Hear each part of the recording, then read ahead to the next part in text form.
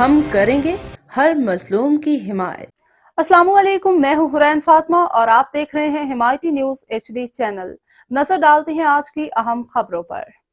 آئندہ مالی سال کے وفاقی ترقیاتی بجٹ کا حجم 27.5% اضافے سے 1200 ارب روپے تک رکھے جانے کی تجویز ہے۔ ترقیاتی بجٹ کی حتمی منظوری قومی اقتصادی کونسل دے گی۔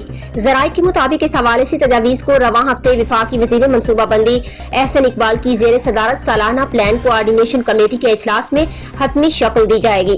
ذرائع کے مطابق آئندہ مالی سال کے ترقیاتی بجٹ کی حتمی منظوری قومی اقتصادی کونسل سے لی جائے گی۔ آئندہ مالی سال کا ٹیکس ٹارگٹ 12,500 ارب روپے سے زائد ہو سکتا ہے۔